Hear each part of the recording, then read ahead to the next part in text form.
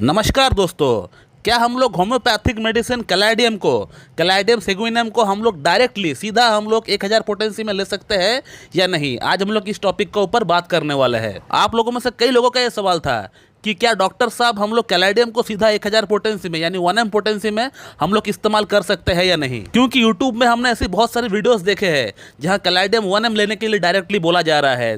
तो इससे कोई प्रॉब्लम तो नहीं होगी? इससे हम लोग ले सकते हैं या नहीं? तो दोस्तों, होम्योपैथी जो पैथी है ये अपनी एक सिस्टम पे काम करती है, अपनी एक लॉ पे काम करती है, अपने एक आधार पे काम करती है। वैसे देखा जाए तो सभी पैथी, एलोपैथी हो, आयुर्वेदिक हो, यूनानी हो, सभी पैथीज अपनी अपनी कुछ सिद्धांतों पे काम करती है। तो ठीक उसी प्रकार से होम्योपैथी भी कोई ना कोई कानून के आधार पे काम करती है। उसकी भी अपनी कुछ कानून है, कुछ लॉज है, कुछ सिद्धांत है, और उसी सिद्धांत के आधार पर हम लोग मेडिसिन का सिलेक्शन भी करते हैं। हम लोग मेडिसिन का पोटेंसी भी सिलेक्ट करते हैं और उसका रिपीटेशन भी हम लोग सिलेक्ट करते हैं। इसका पहला सिद्धांत यही होता है कि पेशेंट कोई भी रोग क्यों ना लेकर आए आपके पास। हो सकता है पेशेंट को हेडेक हो, या पेशेंट का बाल झड़ रहा हो, या पेशेंट का लिवर में प्रॉब्लम हो, पेशेंट को गैस की प्रॉब्लम हो, या पेशेंट को यौन समस्या हो। तो कोई भी प्रॉब्लम हो सकता है एक पेशेंट को।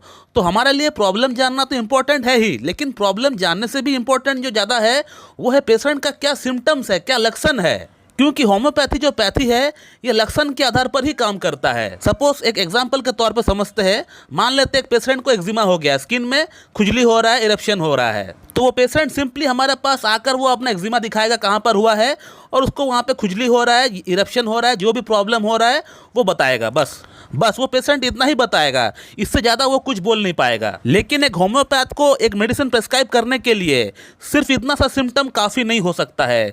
उसके लिए उसको 3-4 सवाल और करनी पड़ेगी, उसके आंसर और जानना पड़ेगा पेशेंट से, तभी जाके वो परफेक्ट मेडिसिन सेलेक्ट कर पाएगा। क्योंकि एक्जिमा के लिए होम्योपैथी में ढेरों मेडिसिन है। मैं कौन सा मेडिसिन प्रेस्क्राइब करूँ उस पेशेंट को? तो मुझे पेशेंट से ये जानना पड़ेगा कि कौन सी मेडिसिन का लक्षण इस एक्जिमा से, इस पेशेंट का प्रॉब्लम से मैच हो रहा है, मुझे ये जानना पड़ेगा। तो उसके लिए कुछ सवाल करना पड़ता है पेशेंट को, जैसे ये प्रॉब्लम कब से स्टार्ट हुआ है, ये प्रॉब्लम कब बढ़ता है, कब कम होता है, पानी लगने से प्रॉब्लम में बढ़ोतरी होता है कि नहीं, या गर्मी में प्रॉब्लम बढ़ता है कि नहीं, या ठंड में प्रॉब्लम बढ़ता है कि नहीं, कब कम होता है, या वहाँ से कोई खून आता है कि नहीं, पस निकलता है कि नहीं, पानी निकलता है कि नहीं, या वहाँ पे खुजली होता है कि नहीं, या खुजली के साथ जलन होता है कि नहीं, पेशेंट का फैमिली हिस्ट्री में ऐसा कुछ है कि नहीं, या पेशेंट एलोपैथिक मेडिसिन कुछ ऐसे खाए है कि नहीं। तो इतने सारे सवाल का आंसर पाने के बाद ही हम लोग किसी एक मेडिसिन का सिलेक्शन कर पाते हैं।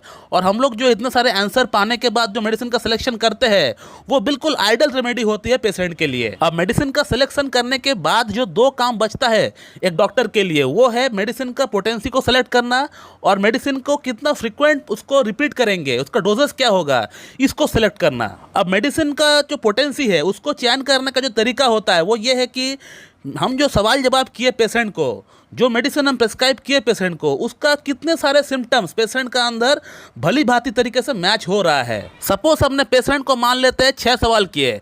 अब 6 में से अगर 4 प्रोमिनेंट सिम्टम अगर पेशेंट का अंदर मैच हो जाता है, 4 या 5 सिम्टम मान लेते हैं पेशेंट का अंदर मैच हो रहा है, तो हम लोग जो मेडिसिन का सिलेक्शन किए हैं उसको हम लोग हाईएस्ट पोटेंसी में देंगे और उसका रिपीटेशन बहुत ही कम करेंगे। तो मेरा कहने का तात्पर्य यह है कि जितना ज़्यादा पेशेंट का लक्षण और मेडिसिन का लक्षण मैच करेगा उतना हाईएस्ट पोटेंसी में हम लोग मेडिसिन को प्रेस्क्राइब कर सकते हैं। जैसे कैलाइडियम का बात कर रहे हैं तो कैलाइडियम का ही हम लोग बात करते हैं। कैलाइडियम का 6-7 प्रमुख सिम्टम होता है।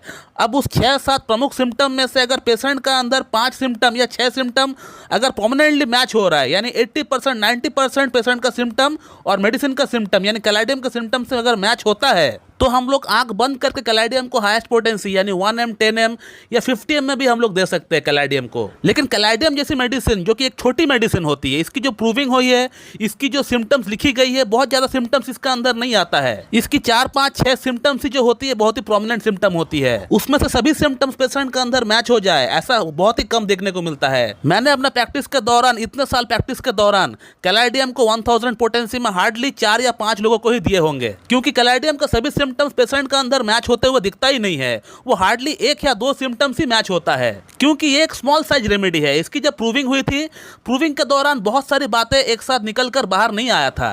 तो इसमें बेसिकली ये देखा गया था कि ये यौन समस्या को काफी हद तक सही करता है, तो ये यौन समस्या के लिए ही बेसिकली दिया जाता है। वो भी लोएस्ट पोटेंसी में कैलाइडियम को इस्तेमाल करना चाहिए। जैसे मैंने एक वीडियो में बताया हुआ है इसको लेने का सटीक तरीका, उसी तरीके से अगर आप इस्तेमाल करेंगे तो इसमें आपको एटलीस्ट साइड इफेक्ट नहीं होगा, इसका कोई दुष्प्रभाव आपका अंदर नहीं होगा। ऐसे बहुत लोग हैं जो कि कैलाडियम को 1000 पोटेंसी में डायरेक्टली खा रहे हैं किसी का वीडियो देखकर, उसके बाद उन्होंने मुझे व्हाट्सएप पे कांटेक्ट किया कि सर हमारे अंदर एग्रावेशन हो गया कैलाडियम का, हमारा अंदर प्रॉब्लम्स बढ़ गया, अब हम क्या करें, आप मुझे हेल्प करिए। तो 1000 पोटेंसी में कभी भी खुद से आप ना ले, अगर डॉक्टर प्रिस्क्राइब करता है वो 100% इंश्योर होता है तभी जाके आपको 1000 पोटेंसी में आपको देता है। तो कैलाडियम को आप हमेशा लोएस्ट पोटेंसी में इस्तेमाल करिए, जैसे मैंने एक वीडियो में बताया हुआ है।